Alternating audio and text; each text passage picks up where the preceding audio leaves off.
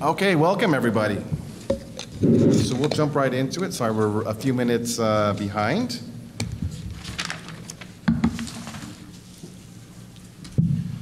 So good morning everybody, and welcome to the Green Arena, battling for a sustainable future. I'm Jacob Hake, and I'll be guiding today's conversation as we explore how our region can rise to the challenge of sustainability in a rapidly changing world. From climate pressures to resource management, the way we steward water, land, air, and energy will determine our ability to rise to the occasion and prosper. A little bit of background about me. My work in sustainability has spanned from leading policy initiatives in the Los Angeles City Council office to running Van Nuys Airport, a leader in general aviation sustainable programming. From finding ways to support our communities through the work of Southern California Air Quality Management District, to zeroing out emissions from our ground support equipment at Van Nuys Airport. I know there are so many diverse opportunities to execute green initiatives in both the public and private sectors. So today's panel brings together a dynamic group of business leaders, environmental strategists, and policy innovators to discuss how we can forge a resilient future.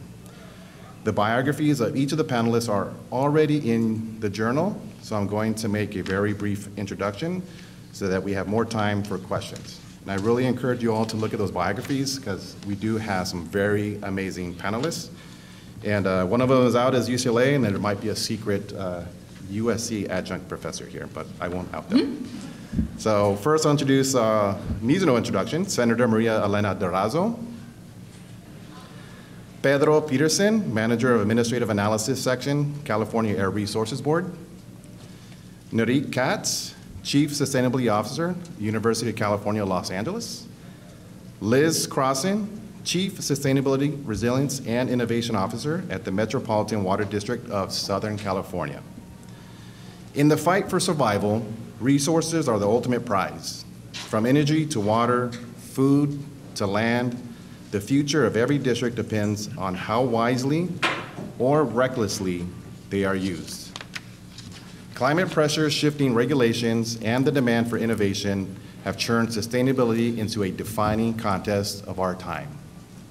I'm going to give each panelist a couple minutes to make an opening statement to get things started, and then we are going to ask some questions of each of you, and then open it up for questions from the audience. So we can start in the same order as the introductions. Senator Maria Elena Durazo, you have 2 minutes. Good morning. Thank you, Jacob.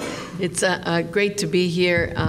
I'm the senator that represents the Central, Northeast, and East Los Angeles. Very proud to have done that for the last, my seventh year. But I just want to start out by talking about how the green economy is the real economy that we should all be talking about.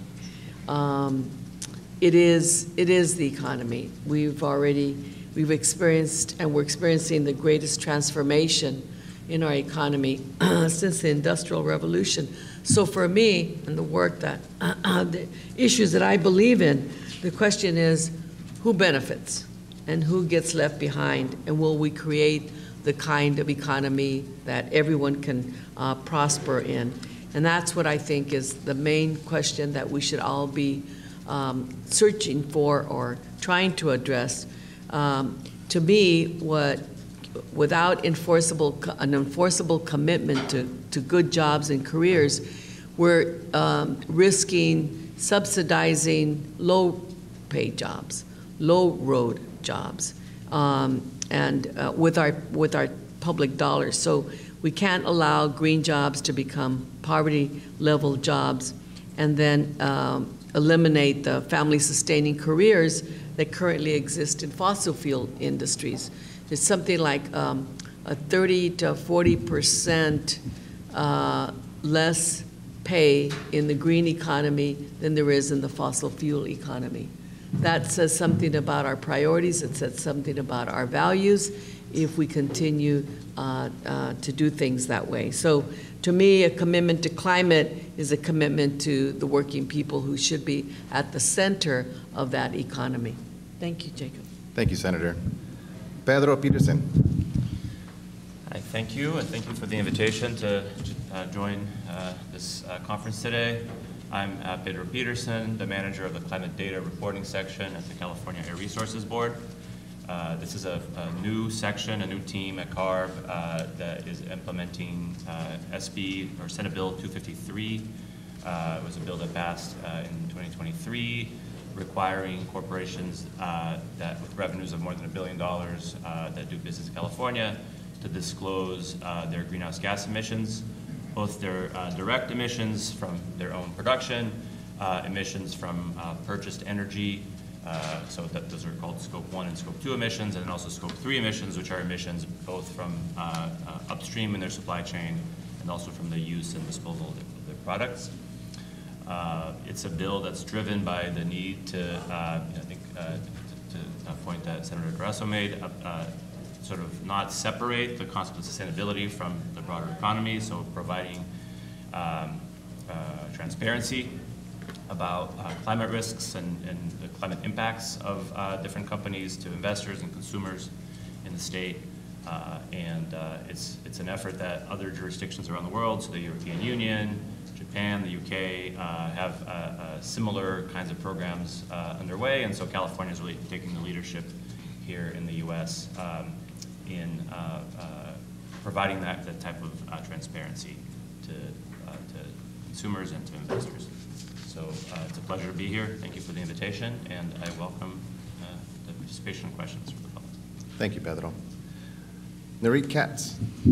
Hi, everyone. Nuys Katz, as was mentioned, I'm the Chief Sustainability Officer for UCLA, also currently serving as Commissioner for the Los Angeles Department of Water and Power, so may bring some utility perspectives. And I teach. We have a sustainability certificate program at UCLA, so if you'll indulge me from my teacher background, I kind of would like to get a sense of who's in the room and the knowledge, because that'll help inform how we speak about these issues today. So if you could raise your hand if you're deeply familiar with sustainability, already working on sustainability, and if your neighbor or colleague asked you what it was, you would feel comfortable defining it. Okay, not so many people. How about have heard of sustainability but want to learn more and maybe not so comfortable talking about it? Okay, and then I guess not everyone raised their hand, so I don't know, I'm sure there's something in between. That's helpful. So for those who are newer to this, sort of field or concept, Senator Durazo and Pedro already really kind of spoke to the economic piece of this, but ultimately sustainability is very much about how these things intersect: ecology and environment, economy and equity. And so, these are really not separate. Sustainability isn't sort of like a separate industry. It's something that we all need to think about in our businesses.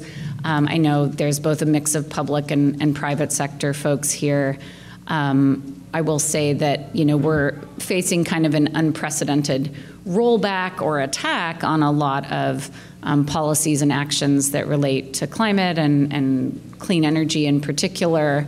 But that is just going to put us behind as a nation. The rest of the world is continuing to move forward, I think, and sees the need for us to develop the types of clean and green jobs and opportunities that Senator Durazo was speaking on.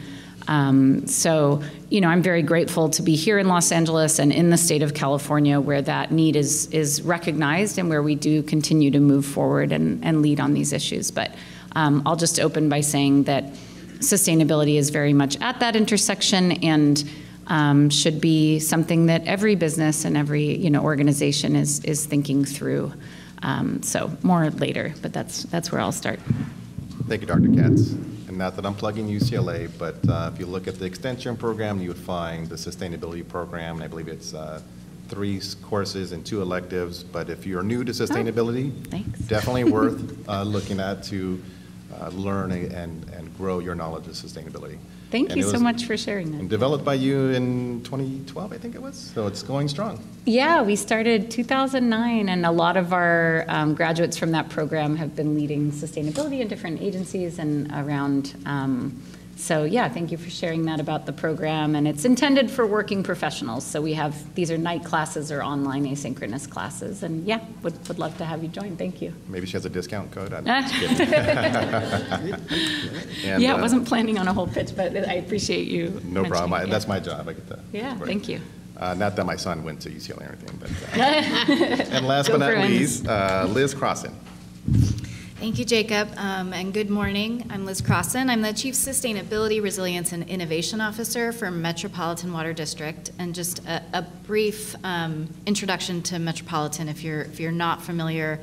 We're a very large agency in Southern California. We're the nation's largest wholesale water agency. So we were formed almost 100 years ago to import water from the Colorado River into Southern California, built the Colorado River Aqueduct and a power transmission system that powers that conveyance system to bring water into Southern California. We also partnered with the state a couple decades later to form the State Water Project, importing water from the Northern Sierra.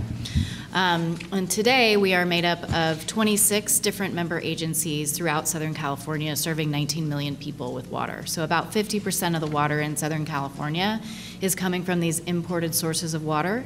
And the other 50% are being produced by our member agencies, local water projects, groundwater projects, water recycling, stormwater capture.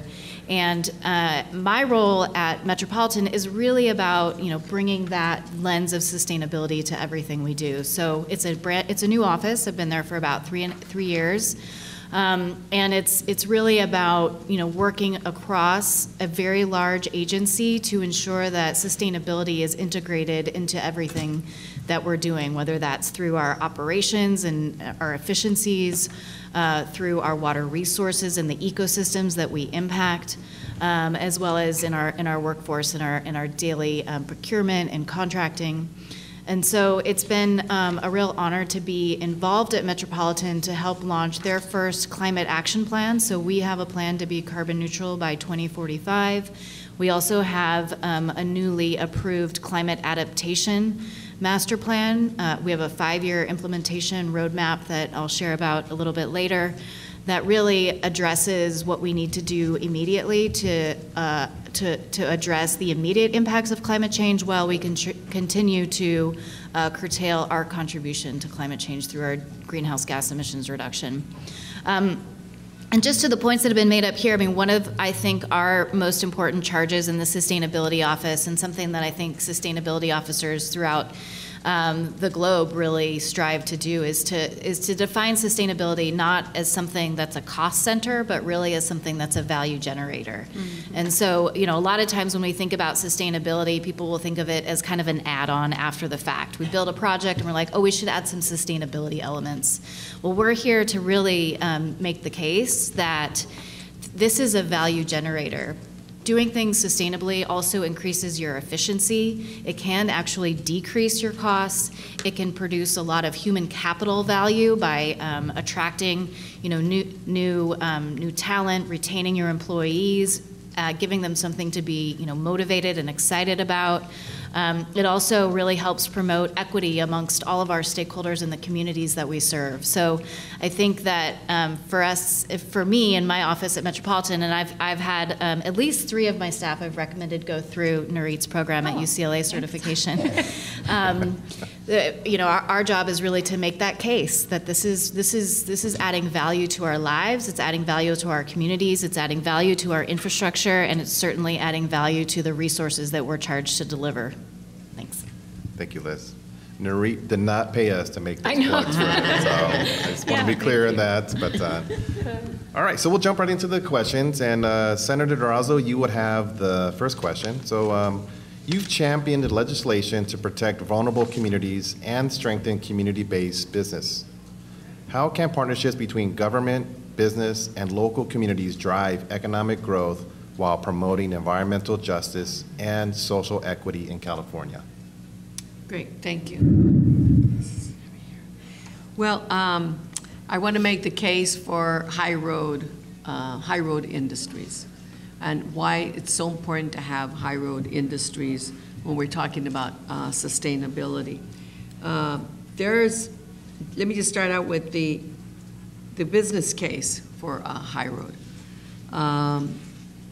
There's incredible market opportunities in clean transportation, in renewable energy and water conservation, in manufacturing, which a lot of people have just sort of dismissed, but in manufacturing. What we need to see is business competing by investing in innovation all across the board. So for me, what a true partnership looks like is having one, high road training partnerships to connect workforce development into what the regional labor market is. I hear it all the time about the shortage in this kind of career, a shortage in these kinds of jobs, a shortage across the board.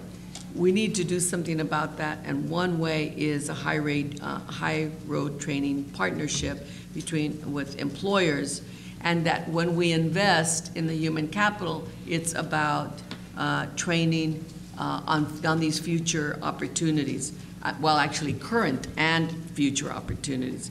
Then second, a community workforce agreement. It targets local hire provisions. It ensures communities have benefits beyond the specific climate solutions that we're talking about. And enforceable standards. I see this all the time about just really a very general commitment to pathways to careers. It is so general that it's useless.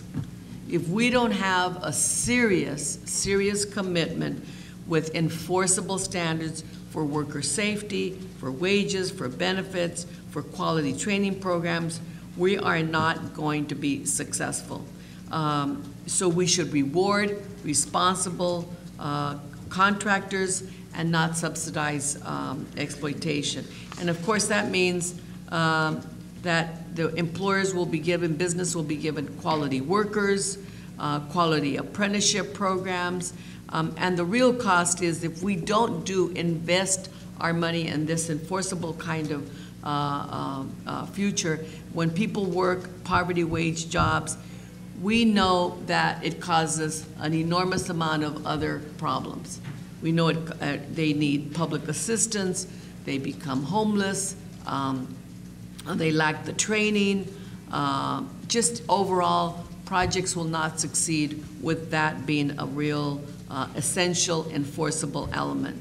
And so I think in general, this is an enlightened self-interest. When workers can afford housing near the jobs, when they have health care, when they have stability, when they have a properly trained workforce, then businesses benefit. And I think it just works all the way across the board. So and there are very specific examples of how this has worked in Los Angeles. There's so many ways in which we have brought all of the elements together, not in silos, and when we do them all together, everyone benefits. When one piece or two pieces are missing, it's lopsided and it just doesn't work. Thank you. Thank you, Senator. Any of the panelists have any comments on the partnership question? Just briefly, I'll just echo, I think Senator Durazo spoke so eloquently to these workforce and equity issues, and I just think it is important to recognize that the kind of challenges we're facing, the climate crisis, the biodiversity crisis, are absolutely multi-sector issues. Government cannot solve it by ourselves, and the private sector cannot solve it by themselves, nor can the nonprofit sector. And it really, these types of partnerships, this type of integration across sectors is absolutely critical for everything that we're trying to deal with, whether it's issues around waste or energy or transportation. It all sits at this intersection of sectors. And so I think really appreciate hearing about these types of programs, and I think they're absolutely critical. Thank you. Now I'll just add at Van Nuys Airport, Senator, how you said if one group or piece is missing, it doesn't work. And as we advance very aggressive sustainability goals at Van Nuys Airport, our zero-emission GSE policy, it involved the community, it involved our tenants, the business owners who are repaying for this equipment, elected officials in the airport. But you missing one of those, it would have never passed. And so thank you for highlighting that. Next question is for Pedro. Pedro, CARB's new greenhouse gas disclosure and climate risk reporting programs are groundbreaking. What challenges do you foresee business having in meeting these requirements, and how will these disclosures influence future investments in sustainability? Yeah, thanks for the question. In my introduction, I didn't mention that, so the Senate Bill 253, which is a bill that me and my team are implementing, is actually was passed alongside another bill, SB 261, that requires disclosure of climate-related financial risks. And so those two sets of reporting and disclosures are sort of coming together at the same time, and hopefully companies will sort of think about their own emissions and also their climate-related financial risks jointly. As I mentioned, this is a new program for CARB and for the state. There's not another jurisdiction in the United States that has a similar program. The Securities and Exchange Commission at the federal level passed a set of rules under the previous administration to require disclosure of Scope 1 and 2 emissions, which are the direct emissions and the emissions from purchased energy. But that's not being enforced at the moment. So I think for a lot of companies, this may be a new area. Based on CARB's understanding and research, a lot of companies are already doing much of this reporting voluntarily. There are voluntary standards out there, like the Greenhouse Gas Protocol, that companies have been following, perhaps in sort of reporting different sources of emissions and not the sort of the full scope, and doing it voluntarily, not as part of a mandatory program.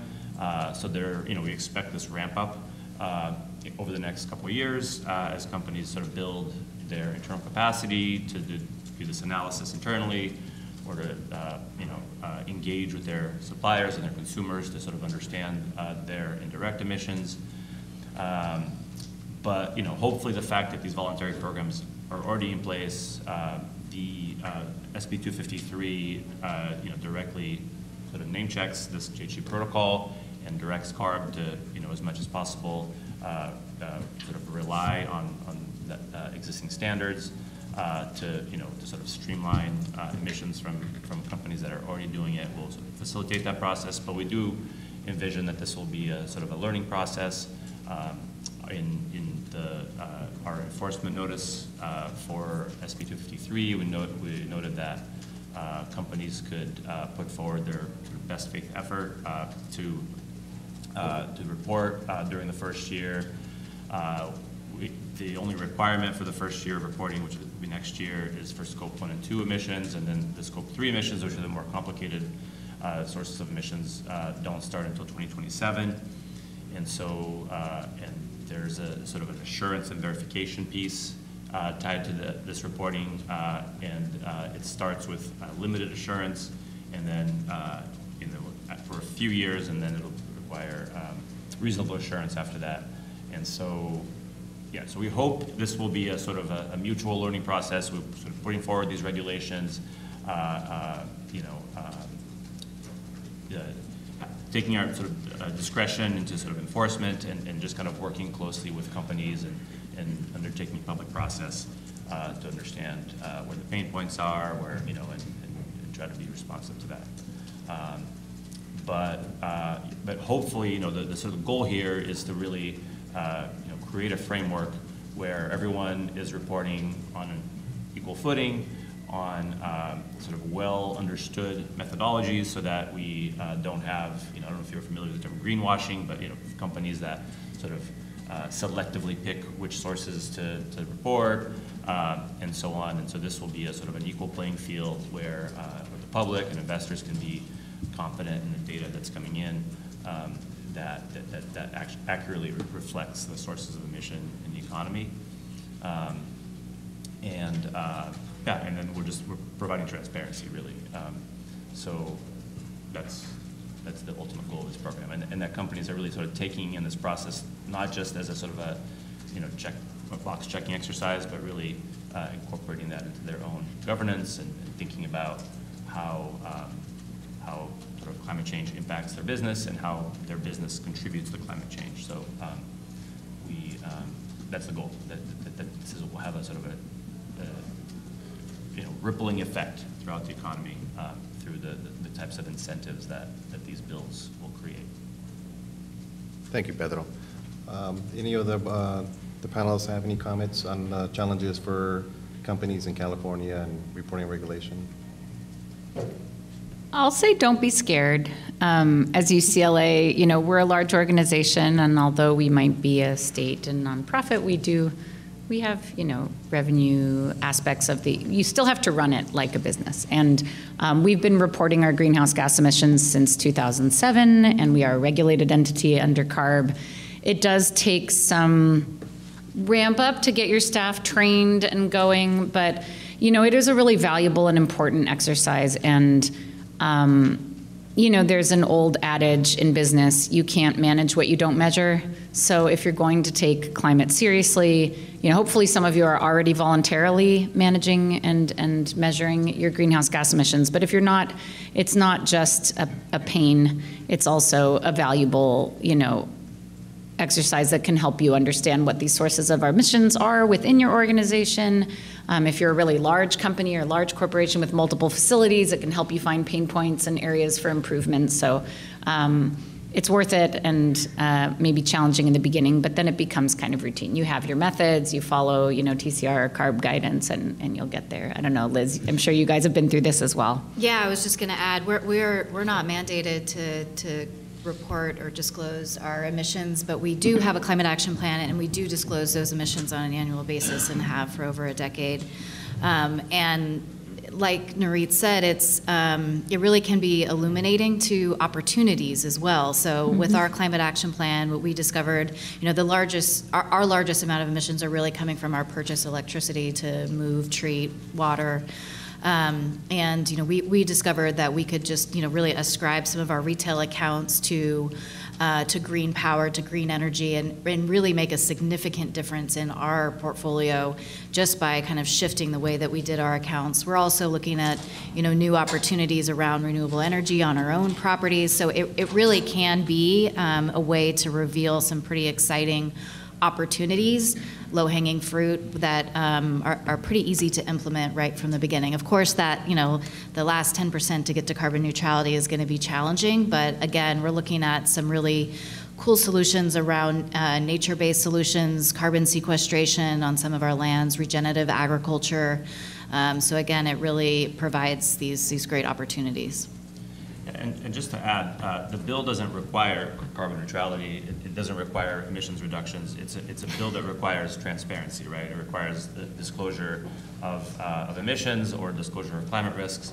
And so, so I love the point of just don't be scared. Like this is this is hopefully a useful process to understand where these emissions are coming from or where the climate risks are, and I've been really heartened. This is my first. I've been at CARB for 7 years, but I was in a different team at CARB that doesn't do regulations or rulemaking. So this is my first effort in rulemaking, and we've been doing a lot of outreach. We've had public workshops and conversations with different companies and industry groups, and that I was expecting those to sort of be around folks asking for exemptions for their particular sectors, and it's really been a very productive exercise. I think the feedback that we've gotten has been really productive, and I think a lot of companies are already really sort of doing a lot of this great work already, and this will, like I said, this will be a way to kind of make sure that it's standardized. People are reporting according to common standards that are transparent and broadly understood.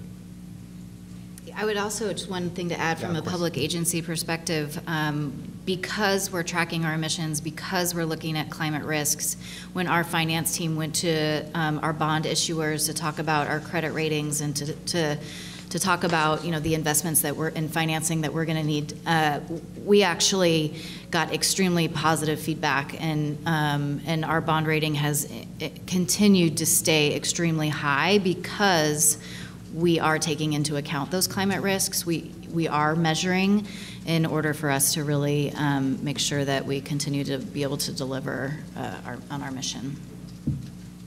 Thank you. I would encourage the businesses too to look into the sustainability, but there's green bond reporting and savings there. But I found at the airport that a lot of our tenants were doing great work that really can lead into LEED certification, Energy Star certification.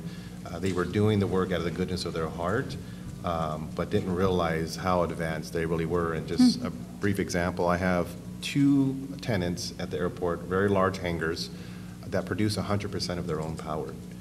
They provide free charging for electric vehicles to their employees, and they're beginning to charge the electric GSE equipment on the airfield that we require. And so they're doing the good things now, but I don't think they fully realize how advanced they really are. So, next question is for Nuys. Nuys, UCLA has been a leader in sustainability and resilience. How can universities, public agencies, and private companies work together to create a healthier, more climate resilient Southern California? What role do education and research play in these partnerships? Yeah, thank you. Great question. As I mentioned before, to solve these challenges really does require us working across sectors, and universities have a really important role to play as sort of anchor institutions in bringing different stakeholders together. Ultimately, my job at UCLA as Chief Sustainability Officer is very similar to a CSO at a company, with the exception that we have our amazing research and education as our main role within the university, and that gives these really neat opportunities for what we call a living laboratory approach, where we think of the physical campus of UCLA as a demonstration site for innovative technologies and policies. So a good example of how this all kind of comes together. So UCLA Engineering has a research center called the Smart Grid Energy Research Center, and they're doing really innovative work in demand response and other topics. So they did a project on top of one of our parking structures that is a solar-powered smart grid. So basically solar panels, batteries, and then electric vehicle charging stations that were designed by our researchers and were part of a major grant. Sustainability is important enough that Bruins and Trojans do work together. So this grant was a collaboration between UCLA, USC, and Caltech. With DOE funding. Can you repeat that? Absolutely, it is the truth. We do, in fact, UCLA and USC, I'll come back to the smart grid. UCLA and USC are co-leading an effort called Shade LA right now that is focused on developing more shade ahead of the Olympics, especially in areas like where Senator Durazo serves that are often deficient in shade and urban forest. And so this initiative is bringing together different community partners and cities and agencies to really address these shade issues in Los Angeles. So yeah, Bruins and Trojans do work together, so we do visit that university across town. So with the smart grid, as an example, we had researchers developed these bi-directional chargers. So you think of vehicle charging as like the car plugs in and charges up with energy from the grid, and then you go about your day. Well, these chargers were set up to go both ways, and they were looking at what's called vehicle-to-grid integration. So there are certain times of day you guys have probably heard about where everybody's trying to use energy at once, and the grid can be very impacted by that, and we have supply issues. And so this study was looking at, well, could vehicles provide temporary storage for the grid? You have all these cars with all these batteries. During key times, could they put energy back into the grid? And so these bidirectional chargers worked where someone could come and fast charge their vehicle, but then discharge during times when the grid needed that power. So it was successful research, and for me, in a very full circle moment, as a board member at LADWP, I got to approve a commercial pilot that was based in part on this research at UCLA that showed this was possible. And now we have a program where fleets like buses with LAUSD or other organizations that have big truck fleets to start with can actually sell electricity back to the grid from their vehicle batteries. So that's, to me, a great example of how the university was able to do a project that met some of our operational needs. We had the solar, shade for our cars on our parking structure, charging for our students and staff, but at the same time contributing to this impactful research that then can be the foundation for what's possible in the region and the globe. So that's what excites me about my work at UCLA. I've been there now. I helped develop the program and grow it to what it is for the past 17 years on Monday. And it's just been really exciting to get to have these intersections of research, education, and training. So we have a lot of programs where we work with businesses. There's obviously, sponsorship and corporate partnership type programs, but there are programs that don't cost anything for the business where our students do client-based work. So the Institute of Environment and Sustainability has an environmental science practicum program, for example, where our senior students, as their final senior project, do a client project. So Honda is a client this year, for example, and various cities have been clients. So our students have helped develop climate action plans or done, other forms of applied research for companies looking into interesting questions. So, if any of you have these types of needs, you're trying to think about sustainability in your organizations. In addition to the environmental science students, our policy students and planning students also do client-based work, our extension students, and I'm happy to help you navigate and figure out what sort of the right level of students might be to help your organization with some of the work that you're doing. So yeah, lots of great ways to intersect. I think universities can play a really important role regionally. The last one I'll mention is that UCLA is the administrative host for a collaborative in Los Angeles, the LA Regional Collaborative on Climate and Resilience Planning, LARC. I may have gotten a word wrong there. It's been a very long week. But I think MWD is probably part of LARC and a lot of different public agencies. So this is, a lot of the types of planning that we're trying to do, sustainability and resilience planning, you really can't do in a vacuum. A lot of these issues are regional. We really do all need to collaborate. So I'm also part of LASER, the LA Sustainability Executives Roundtable, which is mainly businesses and is run by USGBC California. So these types of collaboratives are really key to make sure that we're sharing best practices and doing this planning together. So if you're not already engaged in some of these networks and are doing planning on your own, please do connect afterwards and reach out. All of our information about our programs is online, sustain.ucla.edu, including kind of our comprehensive sustainability plan.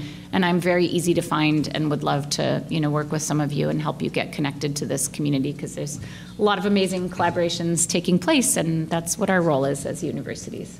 That was a bit of a long answer, but there you go. That was great, thank you. Any of the panelists have any brief comments on partnerships with universities, public agencies, and private companies? Yeah, I'll add actually that we have we're developing a scope of work for an interagency agreement or a contract between CARB and a team from the Andrews School at UCLA to sort of help us think through these reporting templates and reporting requirements, and then do analysis on the data that companies will eventually be reporting to us. So, and we have a different one with UC Davis. So the sort of the connections there between the state and, or really within state agencies, because these are UCs after all, is very strong. Thank you. Yeah, we have some great examples too. We've certainly taken advantage of the opportunities to work with students at UCLA and other universities. We also have some research projects going on right now, one in particular with Chico State. They're helping us measure some of our baseline carbon emissions related to some of the lands that we own out in the Palo Verde area. So we have some monitoring devices that can, first help us understand what is the common or what is the baseline carbon emissions that are coming from those lands, and then once we try different crop rotations or different agricultural practices, how that may either increase or reduce the ability of those plants to uptake carbon. And this is a really important tool, again, for our long-term carbon neutrality goals, and something that we're now starting to apply to some of our lands in Northern California, where we also have some agricultural going on. Thank you. All right, our next question is for Liz. Metropolitan Water District of Southern California's Climate Adaptation Master Plan for Water is a bold step forward toward addressing climate uncertainty. What are the key priorities in this plan, and how do you balance infrastructure investments with equity and environmental co-benefits? Yeah, thank you. So as I mentioned, the Metropolitan Board of Directors recently approved a 5-year implementation strategy for our climate adaptation work. And this has been a couple years of work that has been really in partnership with our member agencies. So as I mentioned, we have 26 member agencies that covers 6 different counties in Southern California. LADWP is one of our member agencies. Other cities like the city of Santa Monica, Santa Ana, also big water agencies like the San Diego County Water Authority and the Orange County Municipal Water District. Those are all part of our agency. And so all of these organizations got together and created a regional approach to addressing our challenges around water supply and resilience of our infrastructure. So it is a roadmap that includes some really high-level policy directives, but probably one of the most influential parts of the Climate Adaptation Master Plan, which we call Camp for Water, is a decision-making framework. It's a set of 6 evaluative criteria that we will use moving forward to determine whether or not to make particular investments to adapt to climate change. And this is really significant because, in the past, when we look at the types of investments that we need to make, we do look to the past. We look to what kind of drought sequences, what kind of hydrological variability have we experienced in the past, and how might we apply that moving forward. Well, now our planning really takes into account climate projections in a way that really helps us kind of bound the areas of uncertainty. So we don't know what the future holds. It likely does not look like the past. But at least we have some idea of the range of water needs that we may need to fulfill. And in order to actually be successful in adapting to these changes, we will be evaluating each of our investments according to these 6 criteria, which definitely include reliability. How does a project or program help us meet those water supply shortages in the future? But also, how does an investment really help us be resilient to other climate hazards? It's not just about the hydrological variability. We know we're experiencing extreme heat in our region, extreme wildfire events, sea level rise in up north. And so these are the types of risks we also need to take into account when we determine what we are going to invest in. We are also looking at the adaptability and flexibility of our investments. So how does it work with our existing system? How might it work when there's a disruption? How easy is the implementation? What are the risks of implementation? And as you mentioned, we're also looking at the equity or community impacts and benefits of an investment. And so when we look at projects like right now, we're considering what we call Pure Water Southern California. It's a large water recycling facility in the city of Carson in partnership with LA County sanitation districts. This would produce 150 million gallons of water a day, drinking water in this region, which is resilient to drought. It is also, we're always going to have wastewater to recycle. We may have a little bit less as people use less water, which is a positive outcome. But it's also resilient to seismic risk. So it's also within the region and not subject to major fault lines that cross most of our conveyance systems. So, and we can also think about that project as it benefits the communities that we serve. Is it serving underserved communities? Are there ways that the construction efforts and the way that we build that could actually put back and make those communities even better than they are today when we are finished with the project? So it also, we're looking at the environmental co-benefits of each project. So again, a project like Pure Water, instead of that wastewater, it's treated wastewater. Instead of that treated wastewater being discharged to the ocean, it would be recirculated into our system, treated, advanced treated purification to work into our groundwater basins for storage and eventually our water treatment facilities for integration into our drinking water system. So there are it is important when we think about our investments to think about how much water it's going to provide and how much it's going to cost, but it's also critically important to think about these other multiple benefits that it can bring, whether that's environment, equity, resilience. And so that's really what the Climate Adaptation Master Plan is about, is integrating how we think about water, climate, finances, as well as the ecosystems that we depend on. Do any of the panelists, thank you, Liz. Do any of the panelists have any comments on master planning for water and resiliency? Yeah, I'll add to that. You know, DWP and the City of LA are undertaking very similar efforts. Our program is Pure Water LA, and really looking at, again, sort of closing this loop and treating water as one water. We just this week, now I'm saying we, not UCLA, but we, LADWP, just voted to double the capacity of a major water recycling project that'll be one of the largest in the state at our Tillman site right here in the valley. So if you didn't hear about that or haven't checked out that groundwater replenishment project, please do. It's a very exciting project and should be built by 2027. So we're underway, we're under construction. You know, as someone who grew up in the valley, which I didn't mention before, and still live in the valley, I'm especially proud that this project, since we're all Valley VICA people here, you know, you should be very proud that this project is going to be right here in the San Fernando Valley.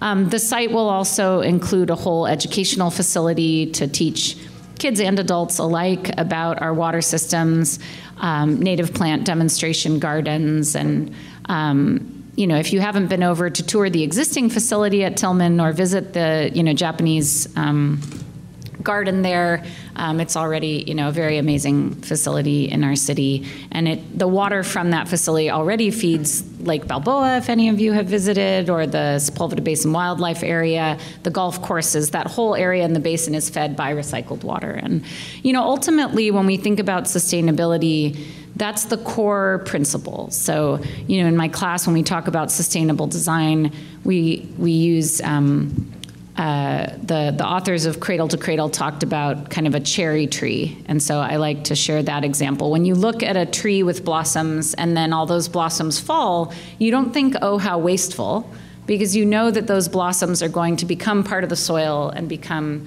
new trees, and that nature isn't wasteful in that way and uses everything. And so, you know, fundamentally, sustainability is about how do we, as businesses, as organizations, look to nature and those cycles and think about how do we take waste from one process, whether it's water or plastic or, you know, any kind of materials that we're using, and make sure that it is now feeding into another process rather than going to landfill or creating more, you know, harm to communities. So keep that idea of nature as an example in mind. You know, our communities are so creative and so innovative, and there's so much more that we can do to create, you know, businesses and products and services that are both, you know, serve the community and the economy, but at the same time not create the kind of waste and pollution and problems and environmental justice issues that we have been in the past. And so I'm very excited by the future of water in Los Angeles and in Southern California. And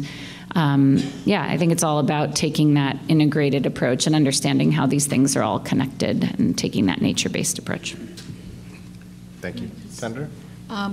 One of the, I'm not nearly the expert on water or some of the other issues, but one thing that came to my attention a couple of years ago is the debt, the water debt owned by Californians.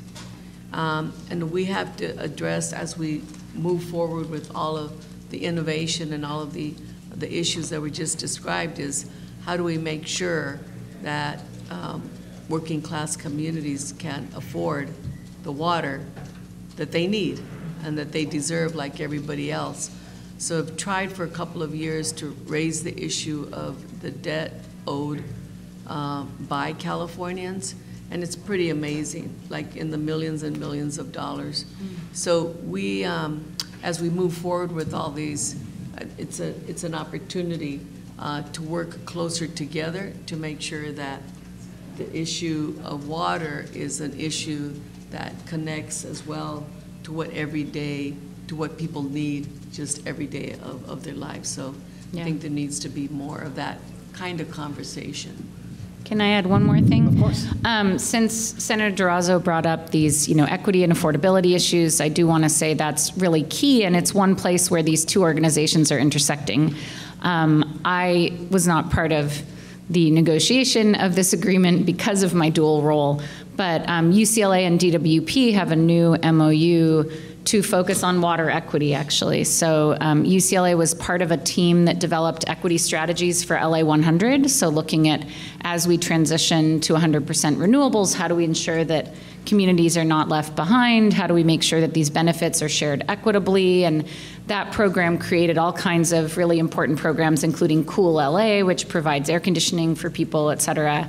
So there's a new program now that's really focusing on equity on the water side, and our experts at UCLA, again, not myself, but some of our expert faculty in water will be leading that effort with department staff to really ensure that these, we are focused on reliability and affordability and clean water, of course, as our core, and really thinking about how this impacts all different communities. And this Tillman project is going to be able to produce recycled water at a cost that is lower.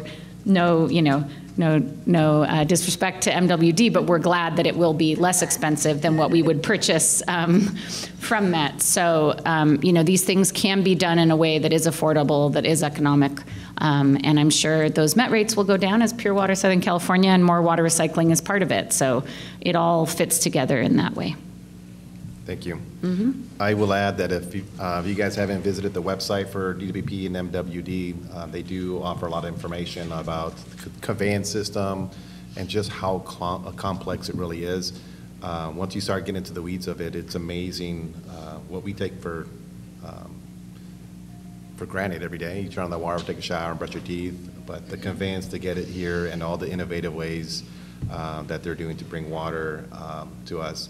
They do also offer tours. I believe they're still happening, so if you guys are interested, just definitely jump on those, and it just really opens your eyes on what the challenge really is. And as climate change happens, the more difficult challenge, water is going to become like gold in the near future here, and these two ladies are leading the way and making sure that we can brush our teeth and take a shower every day. Yeah, I would say I've done the Met tour twice, and I learned so much every time going up to the Delta and understanding where our water comes from. It's really worthwhile. Thank you. Okay, so the next question is for all of the panelists, and what I'll do is I'll just start with Pedro and work our way across. How can California's climate policies, whether in transportation, water, air quality, or energy, be better aligned to create a unified approach to sustainability? What opportunities exist for cross-sector innovation? Pedro. Thank you. I think, I'll just speak, on behalf of my specific program, which, is really, as we sort of mentioned in our sort of opening remarks, about trying to sort of maybe break that barrier between, the concept of sustainability and the sort of broader economy, right? That really the decisions about, sort of corporate decisions and investor decisions, consumer decisions about sort of where to spend their dollars are sort of can't be separate from climate change, from climate risk, from climate emissions, and so there has to be a transparent and uniform approach to understanding these risks and understanding the sort of the impact of different companies and different investment and consumer decisions. And so our program is really trying to sort of provide that level playing field so that, that investors and consumers aren't relying on what each individual company determines as the sort of what is worthwhile for the public to know about their specific climate risks or their specific impacts on climate change. And so, this is it applies sort of across every sector, so it's not specific. The CARB, the Air Resources Board, where I work, has had regulations targeting fuels and vehicles and vehicle technology.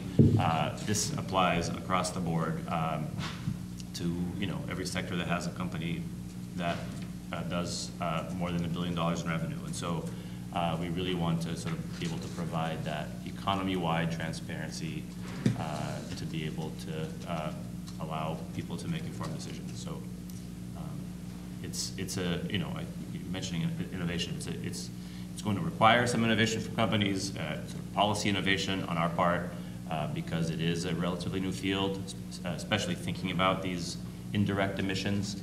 You know, the sort of indirect emissions is really the majority of emissions of most companies, right? It accounts for something like 85% of emissions from most companies. And so we are sort of working hard to sort of develop clear guidance around that for companies, and then hopefully we'll have you know, good data for Californians to be able to make decisions about where to invest and what to consume. Thank you, Pedro. Liz? Yeah, thanks. I think one of the kind of unifying concepts that crosses all sectors is really this affordability and equity conversation. And so, you know we have to make investments to adapt to a changing climate, whether that's in the energy space, the transportation, buildings, water space. But there are ways to do that more efficiently and in a way that really helps to kind of share those costs amongst the different sectors. And so I think that, you know, at least at an agency like Metropolitan, again, our largest use of energy is really around moving, treating water. What can we do in the energy sector to make that more affordable? What can we do in the water sector to kind of, you know, find that nexus between climate, energy, and water, and use our infrastructure, use our expertise in order to make these ultimate resources and services that we provide to communities more affordable. And I think that, you know, we're really trying to think about innovative ways to use reservoirs, right? LADWP for a long time has a facility that's a pumped storage hydro facility up at Castaic Lake. It's a water reservoir that is also utilized as a energy battery. It is not that difficult to do. They've had it for decades, and it's something that many more of us could really utilize our water resources as energy storage, as energy production. And so it's really trying to think about the infrastructure that we have and how we might better utilize it in a way that doesn't necessarily mean we have to always build the biggest new thing. But we can actually use some of the resources and infrastructure that we have and be more adaptable, more flexible, and more efficient. But that really requires breaking out of these silos that we work in between, you know, energy and transportation and water, and think about solutions that really cross multiple disciplines. I think that's you know, one of the places I think we could have the biggest impact. Senator Durazo. Sure.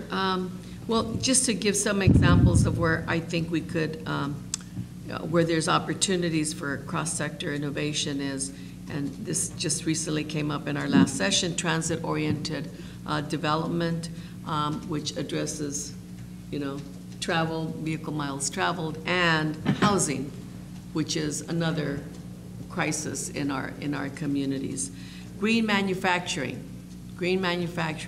with high road training partnerships.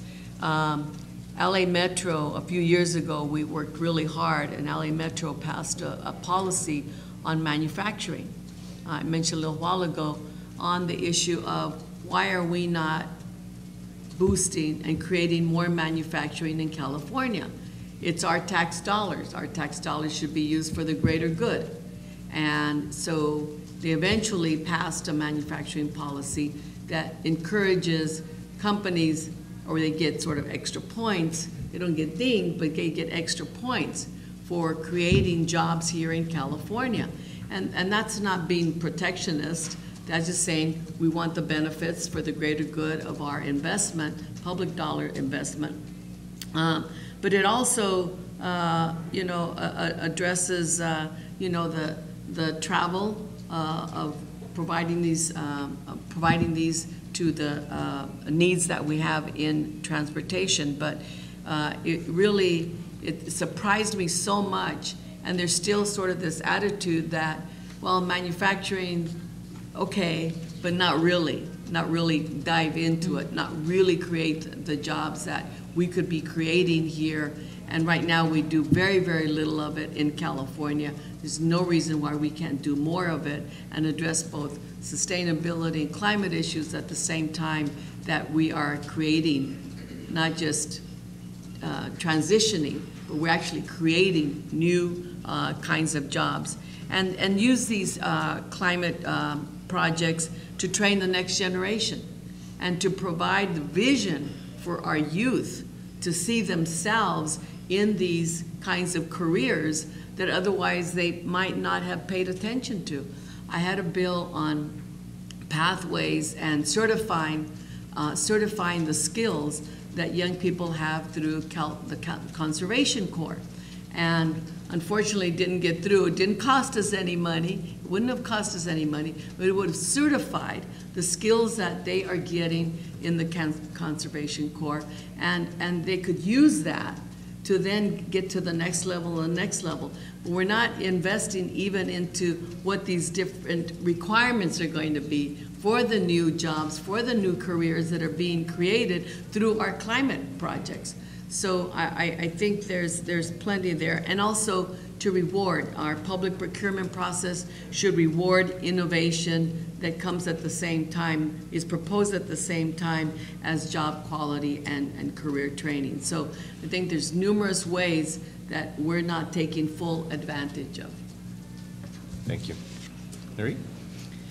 Yeah, thank you. I mean, I think everyone already spoke so eloquently to a lot of these intersections, the importance of the jobs development and workforce development, transportation and housing, water and energy. So I definitely second everything that's been said so far. You know, on that water energy nexus, it's not just met. I mean, statewide, it used to be 20%, I think now closer to 12%, but still quite significant percent of our state's energy use goes to water. And you know, we need to think creatively about these intersections and infrastructure. At UCLA, we have a 5 million gallon chilled water storage tank that is a thermal energy storage. It's like a battery, essentially. And so it allows us to produce chilled water at night when electricity is less in demand, and then move that during the day. So there's a lot of creative solutions. But I want to speak to a different piece that I think in my many years in sustainability management, I've increasingly seen as sort of a gap, which is the biodiversity and ecology piece. You would think that sustainability's core is environment, so this wouldn't get missed. But in sustainability management, we're often thinking about organizations in terms of inputs and outputs, and we measure greenhouse gas emissions and gallons of water and tons of waste, but we don't always think about place, and especially local biodiversity, which is especially key in an area like LA. And UCLA research and others have shown clearly that it has a major impact on human health and wellness. Access to parks and green space in LA was found not only to be tied to just people's happiness and well-being, but also their life expectancy. So, I mean, these are really critical issues. And I do find that, you know, so much of our work in sustainability, as Liz said earlier, is about kind of bridging silos and working across institutions. But a lot of the work right now, I think, is very inclusive of engineers, construction folks, but maybe not ecologists and biologists. And I'm sort of straddling these two worlds and finding that there can be a lot of disconnects. So talk to your biologists. Think about how nature fits in. You know, a lot of times what we're trying to accomplish can be accomplished in a much less expensive and resource-intensive way if we learn from and work with nature and find these nature-based solutions. So this is a gap in corporate sustainability as well that's just starting to get addressed. So if you also want to be kind of innovative and ahead of the game, I would start thinking about biodiversity in your organizations. There's a new task force on biodiversity financial disclosures and nature financial disclosures, where organizations are starting to look at nature throughout the supply chain. So a lot happening in this space. Happy to chat with folks, but I think that's where we need to go in terms of innovation, is making sure that we're not only thinking about the links between water and energy and transportation and jobs, but how all of that ties to these fundamental ecosystems that all human life and all life on Earth depend on. So I'll leave us with that. Thank you. Thank you. So I do want to keep us on time, but we do have about 5 minutes for some questions from the audience. Because it's 5 minutes, a brief question and a brief response. But are there any burning questions? Yes. So I'm not an expert on sustainability at all, but I'm personally committed, solar panels and hybrid cars and all that kind of stuff. But the question is this: that we didn't really talk too much about oil and gas, but so I don't know if any of you can address this. But my understanding, that again, I'm an outsider, but my understanding is that even oil and gas companies, Chevron and others, have been investing in renewables in recent years, right? So how has that impacted with our new federal administration that says they want to shift back to oil and gas? Are these big companies now going to shift, or are they going to say, no, we're on this course, and based on, Europe and other first world countries, everybody's kind of moving in this direction of sustainability. But are things going to start changing because the current federal administration says, oh, we're going to focus on oil and gas? I just wondered kind of how this sort of fits into how it trickles down into actual practice on the part of some of these big. That's a politically loaded question. It is a loaded question, but I don't mind addressing it. I mean, I think there is a shift, and of course, oil and gas companies, while they are investing in renewables, they still, as public companies with a profit, charge, are going to try to maximize their production of oil and gas while they're allowed to. So I think you will see an increase in those activities. However, I don't think you'll see them stop these investments in renewables because they know that this is the future. If they want to have a long-term company, oil and gas are not where the long-term sustainable business opportunity is. And as you mentioned, so much of the rest of the world is continuing to innovate and focus on these areas. There's also major risk questions for business when it comes to climate change. Like, we are spending billions of dollars in climate impact related disasters, wildfires, heat, all of these impacts businesses have to think about from a risk perspective, whether you want to talk about it, if you want to not use the word climate change because they've made it political, which is, I think, very foolish because it's something we all have to deal with. But whatever you call it, these impacts are real. They're here now, and businesses have to deal with them regardless of what any federal administration does. So I don't see that part going away. People are changing the words and they're calling it something else, maybe energy independence instead of, climate action. But the actions are going to keep happening because they're critical. And I think people do, in many cases, recognize that and recognize what it means for their business. But feel free to disagree. People may have other perspectives on this. I'm not saying this as, 100% fact. But that's my perception, is I think business leaders are going to keep working on this. They just may change their funding application wording. I would go ahead, Senator. I would say, first of all, the problem is not created overnight, and it's taking years and years and years to fix the problem. So the investment that's been made has been slow, but it's slowly been building up and building up. So I see the problem is that the federal cuts are going to slow down the pace in which we were going, because there will not be the federal dollars there to invest in clean energy. They're just not going to be there to encourage the innovation, to encourage more of the clean energy versus our fossil fuels. So that's the danger, because it takes so much investment to get it going at the speed we need it to make a difference, and now these cuts are really going to slow down. And there was on hydrogen, all these different cuts are being made that's really going to make a difference in reaching our goals, rather than it's not going to just get stop overnight, but it will really damage us moving forward. I think Liz had something too. Yeah, well, I was just gonna, I agree with everything that has been said. One of the places that I still see some hope, however, is the fact that I do think that the financial institutions and the insurance providers, I think regardless of the political winds, they understand the true risk and will continue to push it from that perspective. And so that to me is a realistic approach to addressing climate change, is because we have seen the risks firsthand all throughout the globe, and so I do that's an area that gives me a little bit of hope. Yeah, and I would add it's on the security side too. I don't know if these documents have been removed under the current administration, but there are plenty of reports from our military, from our armed forces, that look at climate change risks from national security perspective. So I think those remain real, and there will be, continued focus on some of those risks. Yeah.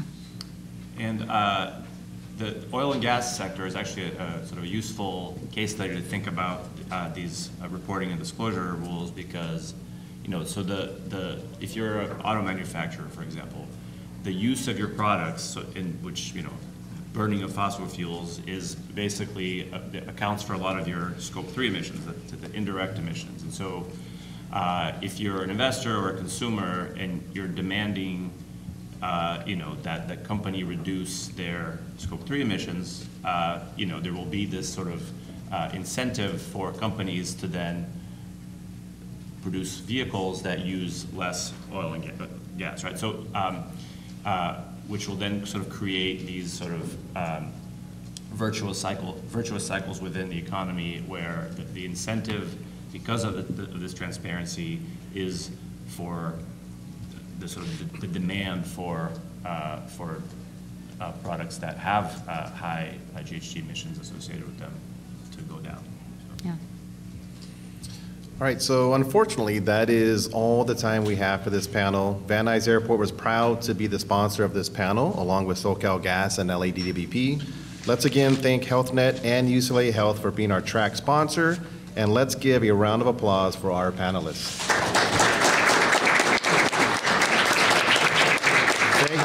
Thank you for spending the morning with us today. The luncheon program begins at 1 p.m., so in the meantime, I encourage all of you to visit our exhibitors and make sure to return your bingo card to the VICA registration table for your chance to win 2 round-trip tickets to Southwest, an Amazon gift card, DoorDash gift card, and Starbucks gift card. Sorry. Thank you, I appreciate it.